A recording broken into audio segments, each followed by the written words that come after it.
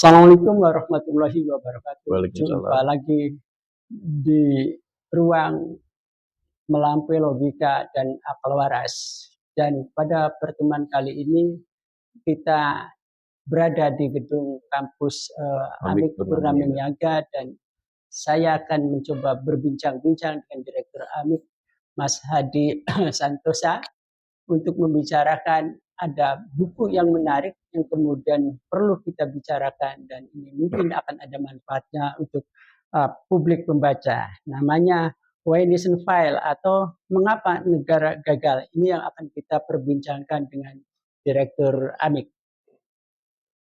Mas Ya. Hadi, ya kan, tentu buku itu amat menarik untuk Ya, ini.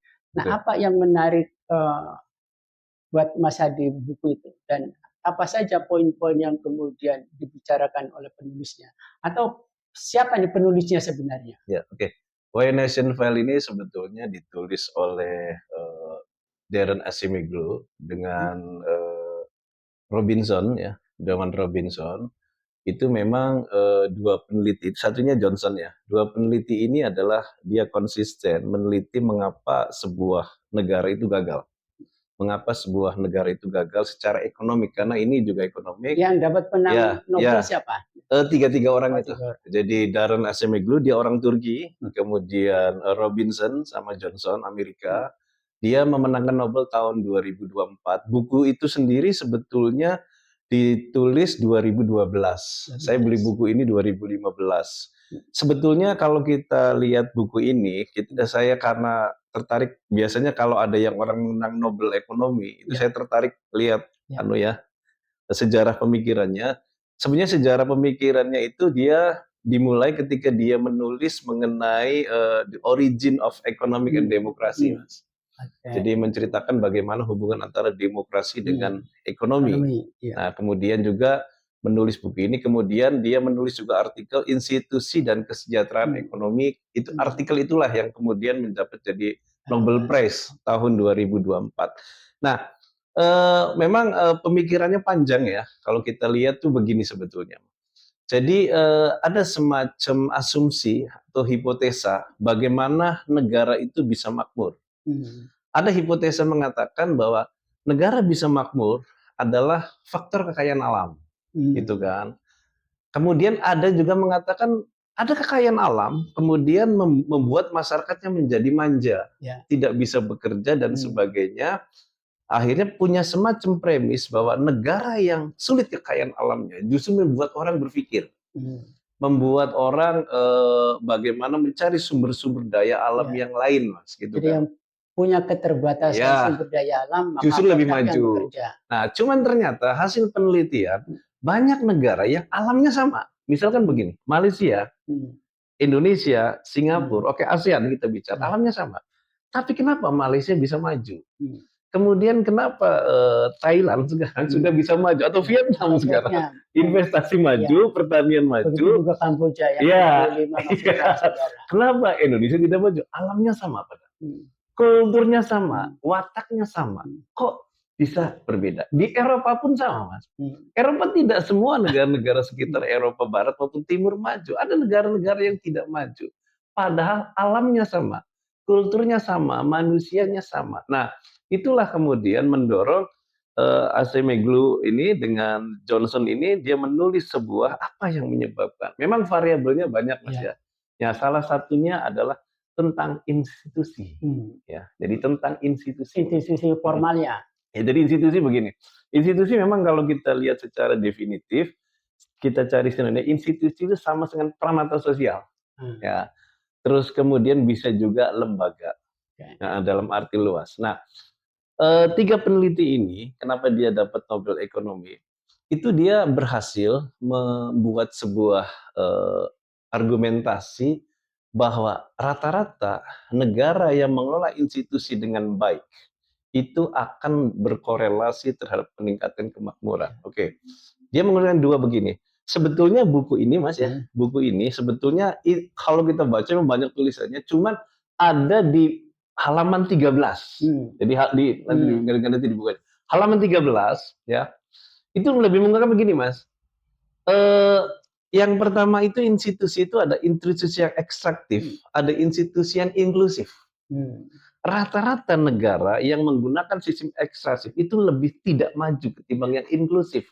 Saya berikan contoh begini.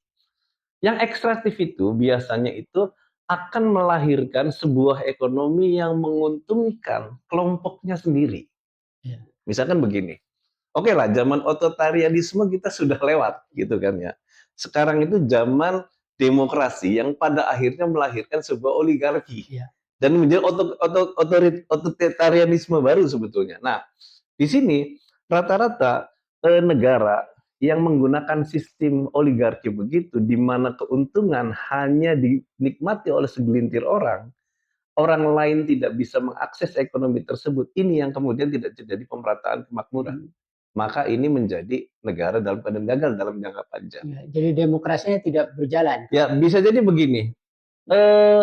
Ada sebuah, misalkan bukan Indonesia saja, bahkan Indonesia kita sedang mengalami itu kan ya. Misalkan sebuah negara, taruhlah dia demokrasi tetap. Kemudian demokrasi ini pada akhirnya tidak ada oposisi. Ya, kemudian semua adalah mengacu kepada koalisi besar. Nah, otomatis koalisi besar itu berakibat kepada pembagian ekonomi yang tidak merata hanya sekitar lingkungan pada kekuasaan. Sehingga akses-akses lain tidak bisa masuk ekonomi, termasuk juga keraguan para investor untuk maju. Sebab kunci pertumbuhan salah satunya investor, Mas. Ketika investor karena di situ tidak nyaman dengan institusinya, maka dia tidak akan menginvestasikan uangnya. Makanya kita bertanya, kenapa lebih lari ke Vietnam ketimbang ke Indonesia mungkin? Karena dia lihat Indonesia adalah koalisi besar yang terdiri dari orang-orang itu saja. Nah, itu yang kemudian tidak mendorong masuknya investasi. Ya memang kemakmuran salah satunya bukan investasi. Mas Hadi, di buku ini kan minta dijelaskan juga menurut analisis Mas Hadi ya dari pemikiran penulisnya. Ini kan ada awal mula kekuasaan, kemiskinan, gitu kan, kemudian kemakmuran. Apa yang dimaksudkan di dalam buku ini atau Mas Hadi pandangannya apa tadi? Oke, memang rata-rata orang ekonom itu Mas ya, ketika melihat menganalisa sebuah persoalan ekonomi kekinian, biasanya dia melihat sebuah proses sejarah, sama seperti Marx kan. Jadi kalau Karl Marx itu kan dia proses sejarahnya manusia itu sebetulnya tadinya komunitas. Kemudian terjadi tuan tanah, muncul feodalisme, kapitalisme, dan kapitalisme jatuh lagi ke komunisme kan gitu ya, sosialisme Marx. Termasuk juga Adam Smith juga melihat itu, bahwa Adam Smith berpikir bahwa pada asalnya manusia itu adalah kerajaan, kemudian raja bekerja sama dengan para bangsawan, kemudian muncul ekonomi yang dikuasai oleh segelintir orang itu, kemudian akhirnya Adam Smith menulis setelah ini harus ada kebebasan pasar. Nah, maka muncul kapitalisme. Jadi ini juga sama. Dia sebenarnya meneliti asal muasalnya sebuah negara itu dikuasai oleh otoritarianisme. Otoritarianisme oleh raja dan sebagainya, seperti kaum merkantilisme itu. Nah, para raja ini menguasai segelintir orang. Kalau ini kemudian dibiarkan terus-menerus, walaupun sampai era demokrasi, itu negara tidak akan maju. Tapi dia melakukan perbandingan negara, walaupun suatu kerajaan ya, seperti Inggris gitu kan, negara Eropa kan masih kerajaan, tapi konstitusional. Tapi dia inklusif. Inklusif itu artinya menjamin kesetaraan. Setiap orang dia bisa melakukan sebuah inovasi, kreativitas, apapun agamanya, apapun golongan politiknya, itu terjadi kesetaraan ekonomi, maka akan muncul kemakmuran. Ya, karena bukan lagi monarki ortodok atau Nah, tapi ini loh Mas Hadi, saya ingin minta penjelasan bahwa apa yang salah? Awalnya kekuasaan, kemudian kekuasaan bisa membuat rakyat sejahtera atau negara makmur. Tapi ada juga kalau saya baca di covernya ini ya, lalu kemungkinan bisa juga kekuasaan yang mengakibatkan kemiskinan. Nah, dari penulis ini Acemoglu ini apa yang diceritakan? Oke, dua hal sebetulnya. Acemoglu itu dua hal. Lembaga yang ekstraktif, institusi yang ekstraktif, dan institusi yang inklusif. Ekstraktif ini cenderung tidak bikin masyarakat menjadi makmur, ekonomi menjadi makmur. Karena tadi ketika dia berkuasa, walaupun dipilih rakyat di era Hmm. sekarang, tetapi dia hanya mementingkan golongannya, partai politiknya, maka tidak ada partisipasi lain yang masuk, gitu kan ya. Ya. Apalagi misalkan kekuasaan Ya. ekonomi dikuasai oleh hanya satu kekuasaan. Dengan kedok demokrasi Dengan yang demokrasi, ya mungkin kalau zaman dulu Iya. kan otoritarianisme Iya. beda ya. Nah, akhirnya ini ekonomi tidak akan tumbuh. Nah, tapi kalau dengan inklusivitas, gitu kan, inklusivitas bahwa pemerintah hadir di situ adalah melayani semua publik, terjadi kesadaran tidak ada golongan politik, dan tapi tetap kritik tetap jalan. Fungsinya kritik kan dialektika, Mas. Artinya ketika kritik itu bisa menjadi kontrol. Pemerintah punya wataknya sendiri, oposisi punya wataknya sendiri, nanti menemukan sintesis kan, Mas.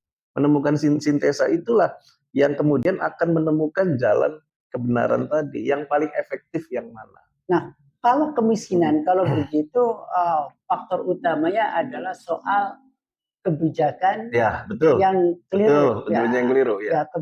Kebijakan negara atau kebijakan di daerah juga bupati dan wali kota dan gubernur ya kan. Seperti itu. Nah, di dalam buku ini kebijakan seperti apa yang menimbulkan dampak kemiskinan? Ya, dampak kemiskinan tadi saya ulangin lagi, tadi kebijakan-kebijakan yang institusinya ekstraktif. Jadi wataknya itu, misal begini, kita ambil praksisnya saja ya. Watak fasis oligarkis. Ya, oligarkis. Di era demokrasi lebih cenderung oligarkis. Kan begini, Mas. Nah, misalkan di negara kita ya, ketika pemenang demokrasi itu semua dipastikan merapat. Karena sumber-sumber ekonomi adanya di sini. Bikin koalisi besar. Ya, bikin koalisi besar, sumber ekonomi di sini. Dikuasai. Ya, akhirnya juga orang-orang terpilihnya sesuai dengan yang selera kekuasaan. Lalu wamen merapat jadi komisaris. Ya, wamen juga jadi dan sebagainya. Jadi kalau di daerah semuanya BUMD adalah relawan. Iya, betul. Ya, kalau di daerah dipastikan relawan masuk dulu lah. Persoalan kompetensi dan tidak. Nah, sehingga kan begini, Mas, ketika terjadi begitu, orang-orang yang memiliki kompetensi, kreativitas, gagasan, inovasi tidak bisa masuk. Karena saya tidak sejalan politiknya dengan dia, kan gitu kan. Nah, kemudian investor pun sama. Investor saya tidak nyaman. Nah, itu kan mandek ekonomi akhirnya. Ekonomi akhirnya mandek. Nah, kemandegan inilah akhirnya tidak ada pertumbuhan, sehingga efeknya investor tidak ada masuk, tidak ada industri, pengangguran makin besar. Oke, dalam buku ini, Mas Adi, kan tentu kekuasaan bisa menciptakan kemakmuran, tapi kemudian bisa juga kemiskinan. Bisa. Ada tidak analisis bahwa kemiskinan juga tidak melulu karena kesalahan kebijakan, tapi mentalitas rakyatnya dibicarakan tidak dalam buku. Oke, ada. Itu bukan di buku itu, dia di buku judulnya The Origins of Economic and Democracy. Jadi Origin of Economic itu dia menceritakan sebuah evolusi perkembangan ekonomi. Jadi begini, Mas. Sebuah mentalitas hamba, mentalitas abdi, mentalitas anti kritik itu dibawa oleh institusi kolonialisme dulu. Dan dipelihara oleh rejim kekinian. Ya, dipelihara sampai era kini. Sehingga tidak bisa membuat kemakmuran dalam konsep negara maupun dalam konsep daerah. Nah, makanya kita lihat daerah-daerah kolonialisme yang yang seperti kita Belanda ya, itu bagaimana dia feodalisme cukup ketat seperti yang ditulis oleh bukunya Pramudia kan gitu kan, Pramudia Antatur. Itu bagaimana feodalisme itu sampai mendarah daging, bagaimana munculnya kelompok bangsawan, ketidaksetaraan. Munculnya ketidaksetaraan, munculnya diskriminasi pendidikan, diskriminasi dan sebagainya. Ketidaksetaraan ini menciptakan institusi yang ekstraktif, tidak inklusif, yang akhirnya mentalitas itu masuk di era sekarang. Betul. Kalau kita lihat, kalau di buku sebelumnya namanya The Origin of Economic and Democracy, itu menceritakan tentang itu. Penyebabnya akar, kalau kita lihat dari budaya, akarnya adalah itu, feodalisme itu, kan gitu kan. Makanya memang ada golongan-golongan kiri atau sosialisme ingin memotong itu, walaupun sosialisme pada akhirnya juga menciptakan otoritarianisme baru seperti di Korea Utara, termasuk juga di Uni Soviet ketika dia berdalih atas nama rakyat, kemudian tetap menjadi otoritarianisme atas nama rakyat. Dan di era demokrasi juga masih ada kemungkinan munculnya institusi yang ekstraktif gitu. Jadi kalau kemudian stabilonya apa yang membuat mengapa negara itu menjadi gagal tidak makmur menurut penulis? Stabilonya adalah institusi yang ekstraktif yang tidak menciptakan Karena tidak ada kontrol. kesetaraan dan anti budaya kritik. Tapi dalam sistem demokrasi kan ada parlemen, ya Ya, kan? Ada masyarakat sipil. iya. Nah, kenapa masih bisa gagal gitu loh negara? Ya tidak bisa karena menciptakan satu parlemennya sendiri itu kan ya maaf kalau misal di negara-negara berkembang, parlemen tetap kan dia butuh asupan ekonomi, butuh asupan amunisi, butuh asupan uang dan sebagainya. Maka mau tidak mau dia merapat pada kekuasaan. Iya, betul pada kekuasaan. Tetapi Mas, kalau misalkan ekonomi itu tumbuh secara merata, misalkan begini, misal di Indramayu ya, kita contoh di Indramayu. Kalau di Indramayu itu banyak investor masuk besar, perusahaan-perusahaan besar, maka orang tidak terpusat lagi pada APBD. Apakah itu wartawan, apakah itu seniman, apakah itu aktivis, LSM dan semua, tidak merapat semua pada APBD. Tapi dia dibiayai oleh investor-investor itu yang sama sebenarnya punya kepentingan politik. Jadi dia punya kepentingan politik investor itu, bagaimana regulasinya lancar. Tetapi kan terjadi keseimbangan, tidak memusat pada satu, Mas. Jadi misalkan Mas Oo sebagai LSM, sebagai industriawan misalkan, Mas Oo itu kritik tuh Mas, gini. Kita suplai Mas Oo kan sama industriawan, bukan sama kekuasaan. Maka Mas Oo berani melawan kekuasaan. Walaupun saya sendiri punya kepentingan, tapi di situ kan terjadi dialektika. Itu Mas. Oke, kalau kita ambil Indramayu dari gambaran tadi Mas Hadi bahwa mengapa negara gagal. Nah kan di daerah atau di Indramayu banyak perguruan tinggi. Nah, yang membuat ketidakmakmuran terhadap daerah, bagaimana sikap perguruan tinggi? Perguruan tinggi itu kan memang salah satunya adalah dibentuk oleh bagaimana mindset perguruan tinggi itu juga bahan baku mahasiswa. Jadi bahan baku mahasiswa. Jadi kadang-kadang di institusi pendidikan juga muncul feodalistik. Saya ngajar hampir 20 tahun Mas ya. Ketika saya sebenarnya lebih mengutamakan dalam kuliah itu konsep diskusi. Saya itu kalau konsep yang non feodal, saya itu sama seperti Anda. Hari ini saya dapat ilmu karena saya belajar duluan. Tapi kalau Anda dapat ilmu duluan, saya bisa ngajarin saya. Jadi ada kesetaraan. Nah, jadi ketika mahasiswa mengkritik saya, boleh. Apalagi mahasiswa sekarang ada ChatGPT dan sebagainya. Nah, fakta konkretnya enggak. Dia melihat dosen itu seperti karena terbawa unsur pendidikan dasar sampai SMA. Jadi dosen lebih pandai lah. Bisa jadi dosennya salah, dia nggak berani kritik. Nah, dari budaya-budaya lingkungan pendidikan saja, saya tidak mengkritik perguruan tinggi saja ya, tapi juga dari tingkat dasar sampai ini terjadi feodalisme tadi, tidak ada kemerdekaan berpikir akhirnya. Nah itu, jadi pikiran untuk kritis tadi tidak ada, ya karena dia tidak merdeka, masih dikungkung oleh budaya lama ketika dia sekolah. Oke, kalau kekuasaan bisa membuat kemakmuran, ini menurut buku ini, apa yang menjadi catatan penting bahwa negara bisa makmur karena ada kekuasaan? Jadi mindsetnya begini Mas, orang yang dipilih oleh publik itu harus menjadi pelayan publik. Jadi mirip seperti event organizer negara. Jadi kan kata ada kontrak sosial. Saya milih kamu itu tolong urusi ini. Nah, dia kalau punya kemaluan, punya etika. Saya urusi ini, tugas kamu ngurusi ini. Ya, ngurusi ini. Nah, kalau kamu nggak bisa ngurusi ini, saya pecat sebagai kepala daerah atau kepala negara. Atau mundur kan gitu kan. Nah, maka tugas dia adalah bagaimana melakukan pelayanan-pelayanan tadi. Ya. Jadi ketika dipilih oleh misalnya dia menang, ya wajar, dia punya relawan dan sebagainya. Tetapi ketika dia jadi pemimpin, harusnya ini bubar. Dia adalah menjadi pelayan semua publik, baik yang memilih dia maupun yang tidak memilih dia. Sehingga kekuasaannya akan menjadi inklusif. Walaupun itu lawan politik, ketika punya pemikiran bagus, gagasan bagus, diberi kesempatan. Kan gitu. Repot kalau hanya berpikir ekstraktif, mah.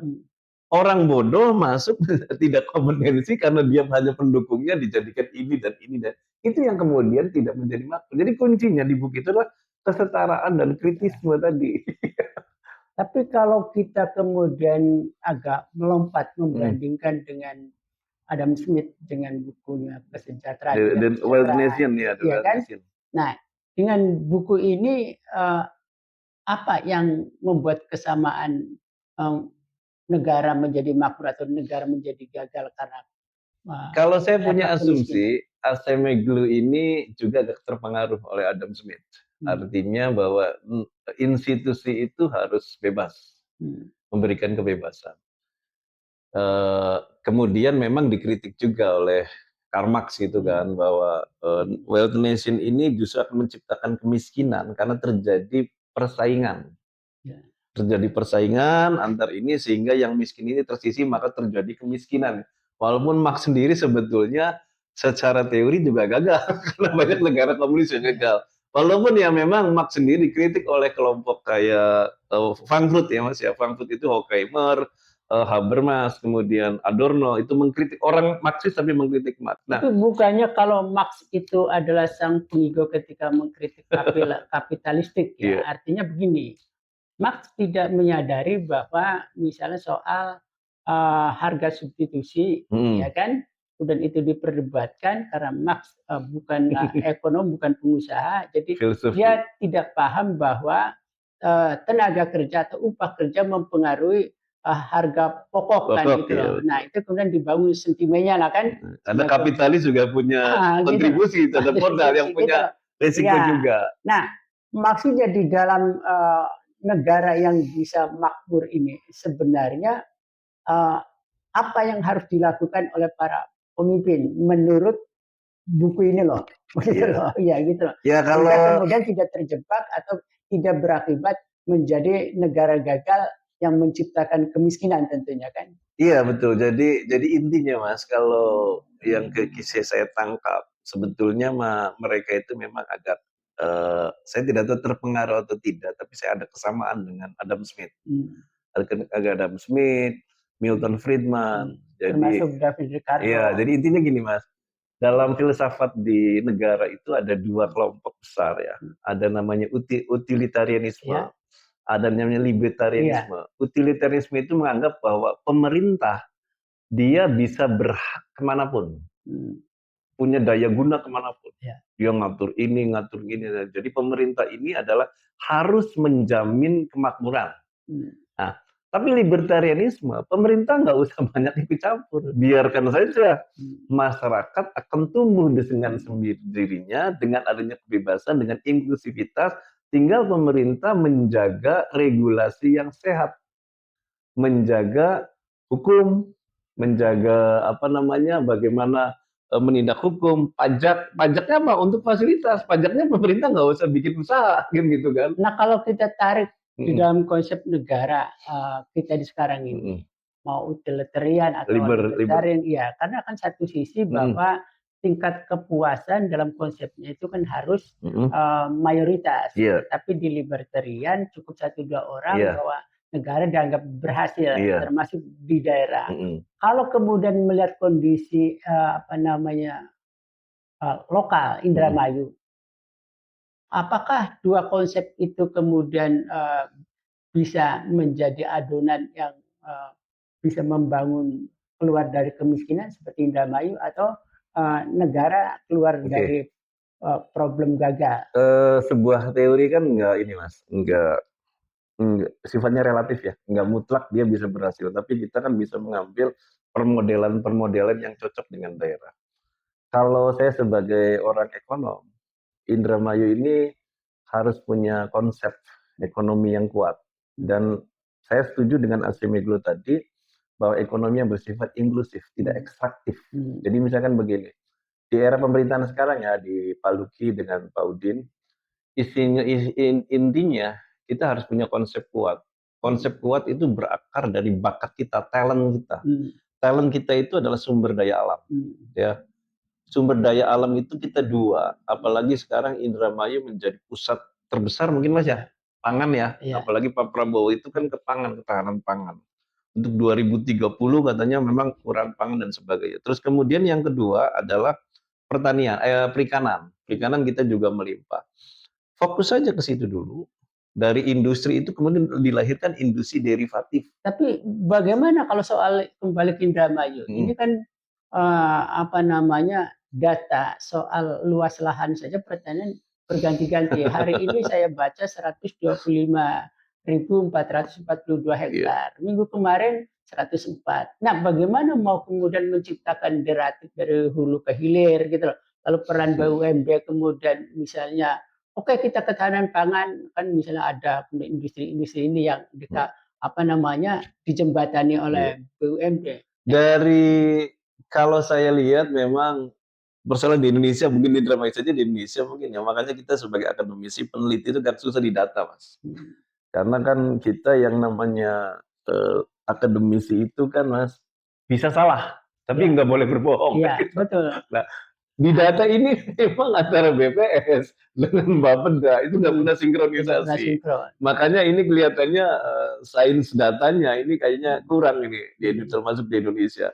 Jadi sama halnya ketika kita melihat berapa jumlah orang miskin negara tahu Mas. Tapi siapa yang miskin negara masih belum tahu. Makanya terjadi disinformasi gitu. Nah, kalau kita lihat di apa namanya di Indramayu tadi ya Mas ya. Jadi memang di Indramayu itu pertumbuhan ekonominya ketika sebelum Covid pun kita rendah, sebelum Covid ya. Ditambah sekarang krisis dan sebagainya. Maka kita harus ada konsep-konsep dalam jangka waktu 5 tahun ke depan, konsep ekonomi bagaimana bisa meningkatkan pertumbuhan. Tapi itu harus presisi menurut saya. Artinya harus bisa dihitung secara matematis. Dia ada teori-teorinya. Harus terukur. Ya, terukur. Nah, hal-hal yang tadi yang itu dia memang tidak matematis, tetapi dia harus ada situasional yang mendukung tadi pertumbuhan tadi, yaitu ekonomi yang bersifat inklusif. Inklusif itu bagaimana dia menciptakan ekonomi politik yang sehat, bagaimana kesetaraan, bagaimana orang-orang yang punya gagasan bisa masuk walaupun beda warna dan sebagainya. Nah, itu justru akan mendorong pertumbuhan gitu kan. Itu. Apakah pertumbuhan bisa diraih kalau kita tidak bisa capital besar, tapi kita bisa dari segi UMKM kan gitu kan. Tapi bagaimana kalau hanya dididik untuk mengkonsumsi tapi kemudian tidak memproduksi? Ini kan problemnya di daerah termasuk nasional. Ya karena kita lihat begini ya, kita itu kan budaya konsumsi. Saya berikan contoh begini Mas ya. Lulusan perguruan tinggi di Indonesia kita bicara. Di Indonesia di survei lulusan perguruan tinggi sarjana 70%, 65% dia pengen PNS, ya. Karena pasti 30%, pasti aman. 25% BUMN, swasta 5% dia wirausaha. Karena berisiko. Ada risiko-risiko besar, ya. Nah, jadi ketika mereka lulusan perguruan tinggi ternama, dia jualan, padahal jualannya sudah gede, itu pasti dimarahi orang tuanya. Ngapain nguliahin Anda? Nah, sehingga sekarang ketika terjadi pengangguran besar, mereka yang lulusan SMA ngapain dia kuliah? Lebih baik saya kerja di Jepang misalnya. Iya. Walaupun akhirnya non skill kan. Nah, budaya-budaya produktif ini sehingga menjalar. Tidak, kalau kita lulusan dari misalkan di Amerika karena Harvard, MIT, 70% mereka ingin jadi menemukan sebuah produk yang bisa dijual. Karena negaranya tadi pendidikan tingginya menjamin kemerdekaan berpikir kritis gitu kan Mas ya. Terus inovasi. Nah, menurut saya akarnya tadi pada pendidikan.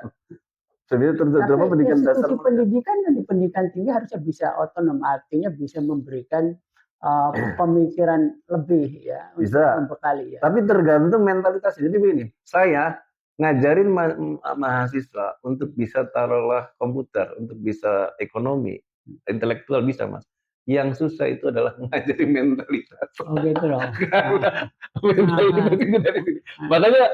Makanya ada perusahaan-perusahaan sekarang, perusahaan-perusahaan enggan mengambil Gen Z. Ya, mereka perlu IPK gede-gede. Tapi mereka, saya tidak butuh keahlian dari kuliah kamu, karena nanti kalau kuliah nanti kamu bisa diajari. Tapi kalau susah mental. Ya, saya mencoba beberapa kali menulis artikel bahwa mentalitas tidak ada korelasinya dengan pendidikan tinggi, profesor doktor, atau berarti 27 kali, dan lain-lain. Ini problemnya. Oke, Mas Adi, untuk mengakhiri perbincangan kita ya di melampaui logika dan akal waras. Apa yang ingin disampaikan dari buku ini kepada publik? Ya, menurut saya satu untuk ke pemerintah ya, artinya baik pemerintah pusat maupun daerah, betul menurut buku ini harus menciptakan economic situation inklusif. Jadi inklusif itu ada kesetaraan, kemudian kebebasan berekspresi, memberikan ruang-ruang kritis dan sebagainya. Terus kemudian juga kepada masyarakat ya sudah seharusnya harus berpikir inovatif dan kreatif. Makanya untuk kita menghadapi zaman artificial intelligence, nanti artificial intelligence kan hilang mas, kemampuan teknis ini akan hilang. Iya. Maka yang dibutuhkan adalah wawasan yang luas dengan kreativitas dan inovasi itu. Tapi konstitusi kita, demokrasi kita sebenarnya menjamin itu. Jadi apa yang macet Itu sebenarnya? idealnya. Gitu. Idealnya. Oke, jadi di lapangan. Bukan undang-undang dasar ya ideal mas. Gitu. Pancasila sudah Dia ideal. kan menjamin kesetaraan di bidang Iya. ekonomi, pendidikan, Iya. menjamin inovasi, menjamin juga kebebasan yang bertanggung jawab kan. Tapi idealnya, jadi cuma yang jadi masalah negara kita kan baru di atas negara kita kan negara formality mas. Oh, gitu. Seperti ASN kerjanya apa? Yang penting dia masuk absen, padahal bisa dikerjakan ya, cuma 2 bulan. Ketika ditanya dinas ini, Anda inovasinya apa? Ketika tidak di sini jadi nggak bisa. Sekalipun itu manajemen talenta. Ya, makanya saya pernah ada teman saya itu lulusan perguruan tinggi ternama, S3 gitu kan. Kemudian masuk PNS kok berkurang gitu kader intelektualnya. Kader intelektualnya berkurang karena tadi terbiasa tidak berpikir merdeka, tidak berpikir ini. Merdeka itu bukan berarti lawan pimpinan, enggak. Artinya bisa bersikap ketika ini kok beda dengan logika akal waras dan sebagainya kan gitu kan. Tapi ya itu pun kalau pemimpinnya tidak terima ya itu terjadi situasi ekstraktif tadi. Ya, bukannya kalau ASN ini nambah bodoh di sekolahnya di luar negeri karena tanda kutip Tuhan telah mencabut kecerdasannya karena dia tidak pernah mau mengatakan bahwa kebijakan ini menyimpang atau menabrak undang-undang sehingga kemudian dia membunuh keilmuan sendiri. Iya, jadi betul. Sudah beku nalarnya. Kira-kira ada poin itu atau kemudian menurut Mas Hadi bahwa jangan-jangan ASN juga problemnya di situ salah satunya karena tidak berani mengatakan koreksi. Betul. Karena gini Mas, orang menjadi cerdas, orang punya mentalitas adalah lingkungan sosiokultural. Itu yang membentuk. Jadi kalau membentuknya terbentuknya seperti itu ya susah. Jadi terbentuknya seperti itu. Dunia pendidikan masih ada feodalisme kan gitu kan. Jadi susah. Jadi faktor lingkungan. Jadi patut diduga bahwa S1, S2, S3 meskipun itu cum laude ketika masuk kemudian menjadi ASN apalagi di Indramayu maka kecerdasannya hilang. Iya. Gitu loh. Jadi si Asimov Johnson sama Robinson itu sebenarnya ekonom, tapi dia lebih banyak sebetulnya menyoroti lingkungan budaya sebetulnya. Lingkungan budaya korelasinya dengan tingkat pertumbuhan dan kesejahteraan. Paling akhir apa yang ingin disampaikan? Ya paling termasuk akhir para mahasiswa karena punya mahasiswa kampus ini termasuk juga kemudian publik lainnya baik itu yang sempat mengenyam pendidikan atau yang tidak sempat karena soal ekonomi. Apa yang ingin disampaikan? Ya saya kira survivalitas kita dalam menghadapi era-era ke depan itu ada beberapa hal. Yang pertama adalah tetap meningkatkan nilai-nilai spiritualitas. Karena spiritualitas itu adalah fondasi kejujuran kita, akhlak kita. Kayak Indramayu beribadah tapi campur aduk dengan Indramayu berzakat, Indramayu ngaji gitu loh. Ya, jadi kalau itu mah bahasanya tidak efisien. Makanya gini saya bingung. Setiap daerah kok kenapa takut kalau tidak ada religiusnya gitu kan. Gitu. Padahal segala sesuatu yang baik, segala sesuatu yang disiplin, jujur, ateis, atau tidak korup ya spiritualitas kan gitu kan. Religius kan sebetulnya. Kalau persoalan percaya Tuhan atau tidak dan sebagainya itu pribadi masing-masing. Kan ini celakanya nih Mas Hadi, Indramayu beribadah, Indramayu berzakat, Indramayu itu bahasa tidak efisien, tidak efisien. Gitu loh. Terminologi ini kacau, kemudian yang dipelihara adalah relawan kan, relawannya dalam tanda kutip nepotismenya itu sporadis. Oke Mas Hadi, ada lagi yang ingin disampaikan? Ya, yang kedua tadi spiritualitas, yang kedua adalah tetap terus menambah wawasan dan inovasi, terus inovasi. Karena orang yang zaman sekarang itu kita menghadapi zaman ketidakpastian. Jadi artinya kita sudah siap survive. Keadaan apapun kita harus punya inovasi apa. Itu ya. Ketika Anda nganggur, ketika Anda tidak kerja, harus Anda melakukan inovasi apa. Tidak satu jalan. Artinya disrupsi. Disrupsi itu kalau kita naik gunung, ketika kita ada jalan naik, kemudian jalan itu tertutup, kita harus punya jalan yang lain. Nah, terus kemudian juga bagi pemerintah, ya harus mengembangkan industri yang ekstraktif, kesetaraan, gitu dan sebagainya. Kalau masalah menang pakai partai politik dan sebagainya itu wajar, itu proses demokrasi. Tapi ketika itu selesai, maka bupati atau kepala daerah atau pemimpin itu adalah menjadi milik rakyat dan menjadi pilihan publik. Ya, sekalipun fakta konkretnya dari rejim ke rejim kepemimpinan sektarian. Ya, sama, wataknya sama. Jadi nggak tahu ada kutukan apa ya. Kalau yang menang merah sama, ya merah semua. Yang biru semua kan gitu kan. Oke, saran untuk perguruan tinggi, Mas Adi, karena Indramayu banyak ya. Kemudian kita berkaca dari buku ini jangan sampai kemudian menjadi pertanyaan mengapa Indramayu gagal atau mengapa negara gagal. Iya, jadi gini, kadang-kadang di perguruan tinggi pun ya kita terjebak sebuah aturan-aturan yang memang agak menyulitkan di perguruan tinggi. Saya berikan contoh meskipun swasta. Meskipun swasta. Termasuk negeri juga mengalami hal yang sama. Misalkan ya kalau negeri kan sekarang kebijakan rektor kemudian diambil alih oleh kekuasaan. Oke, tapi kan di swasta kan tidak. Iya, jadi swasta juga tetap saja, Mas. Kita tetap saja menjalankan reguler. Memang ada otonomi, tapi ada kebijakan-kebijakan yang harus. Misalkan begini, untuk ngajar misalkan harus S2. Dan saya lihat S2 juga banyak yang terjebak teori.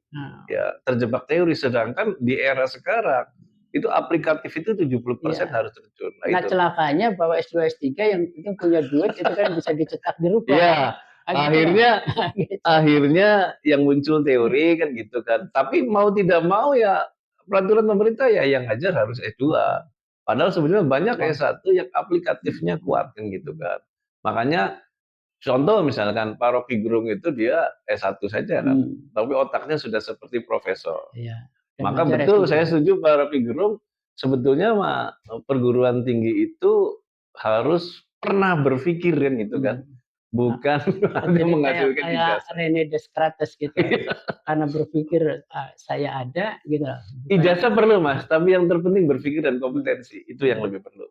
Berpikir dan kompetensi. Oke, ada lagi yang mau disampaikan? Untuk mahasiswa juga saya kira tadi terus harus berpikir kreatif dan inovatif. Anda tidak bisa dengan IPK yang besar, tidak menjamin IPK besar.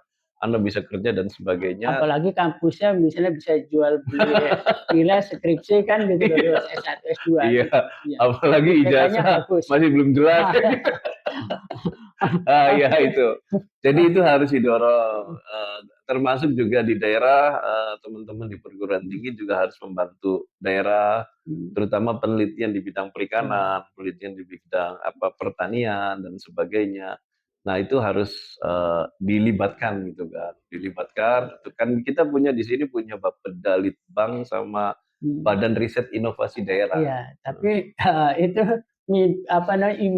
imajinasi liar saya tidak tumbuh. Ya makanya saya dorong Bapeda Litbang itu kalau bisa punya jurnal gitu kan, supaya pemikiran-pemikiran. Tapi problemnya itu loh mau ngoreksi kekuasaan atasnya tidak berani. Jadi kecerdasannya. Ya itu yang ditulis Asimov dulu itu. Ekstraktif. Oke, Mas Adi, kalau tidak ada lagi, saya mengucapkan terima kasih banyak dan perbincangan ini tentu masih panjang dan menarik kalau diulas harus detail. Terima kasih. Wassalamualaikum warahmatullahi wabarakatuh.